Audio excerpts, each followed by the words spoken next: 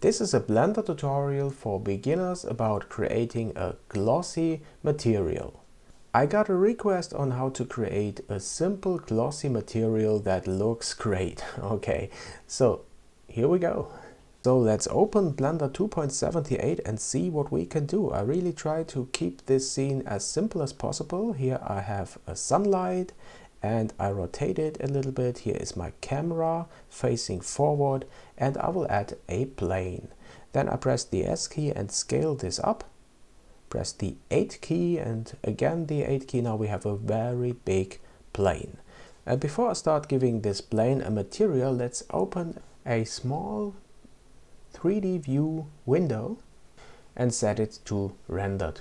This is really helpful when you are creating materials and objects that are using these materials, because then you have a kind of preview of your rendered scene in this right corner here. Okay, now let's select this plane and create our first material. This is really simple material. We call this floor. And the shader is a diffuse shader. This is the default. And let's set the color, or the value I have to say, to a pure white. And of course the renderer to cycles. Okay, now let's choose a sky texture for the world. This looks quite nice when rendering. So I choose here, where is it? Sky texture. Okay. But I disable this in my 3D view because it's a little bit too bright, but when we render you can see the sky texture. Okay, now let's add objects. Simple objects for demonstration. Of course, let's use here the Suzanne. I will add it here to the scene. And in this lower right hand corner, as I said, you can see the preview of the scene, how it will look like when it is rendered. Really cool. Okay, now let's rotate this a little bit here in orthographic view like this. Okay, and now I press Ctrl 1 to add a subsurf modifier, and then I choose smooth shading. Okay, now let's define the material for this object, and it will be a glossy one. First I set the color to a red tone, but this doesn't look glossy because it is the default shader, it is a diffuse shader. We will see this when we open up the node editor. So let's do this. Switch to the node editor and here's the material, a diffuse shader. Okay, in a red color, we have chosen this red color. But now let's add a glossy shader. We turn the roughness a little bit down. Okay, and then I will add a mix shader. Here it is, the mix shader, and we connect the glossy and the diffuse one.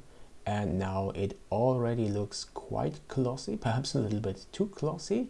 So let's add a so-called layer weight and connect the Fresnel, I hope I pronounced this correctly, Fresnel to the factor. And now look at this. Quite nice. I think this is what we were going for. It has a little bit of roughness in it, but that's cool. I will leave this as is. And it looks more like rubber than plastic. But I will add a new object and create a new material, perhaps copy the material from this one and increase the glossiness so that you can compare both objects and both materials. So let's add a sphere. A sphere is very good for glossiness and reflections. And you can see the result directly here in our little preview window we created. Okay, now I will again set the shading to smooth for this new sphere, and I will use the same material as we did before, but I will create a copy by clicking this tool, this number here, and then rename this material.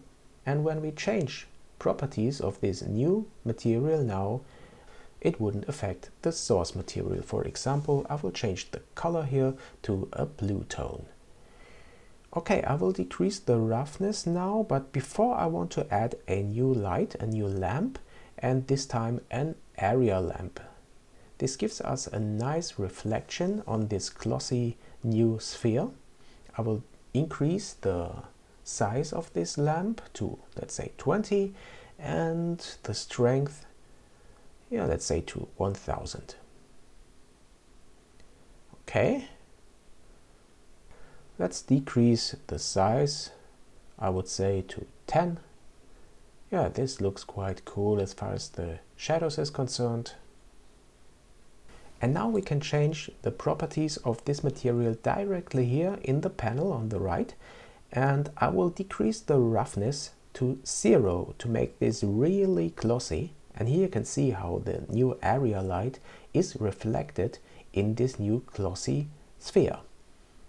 So let's render this out really fast. This is only 50% of the resolution, that's the default value, but I see some so-called fireflies. These are some lighting artifacts, some burnt out pixels in my rendering, but I can get rid of this by disabling the refractive caustics that set the filter glossy to 1 and reduce the bounces of the light. And when I render this out now again, really fast by 100% resolution, I should get a really nice rendering.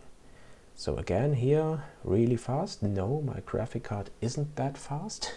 I fastened up the video for this. Yeah, that's quite nice. To enhance this, you could, for example, add a subdivision surface modifier to the sphere so that you get smoother edges. I have some jaggy edges here in my rendering. But as I said, it is a tutorial for beginners, and I think therefore it is not bad.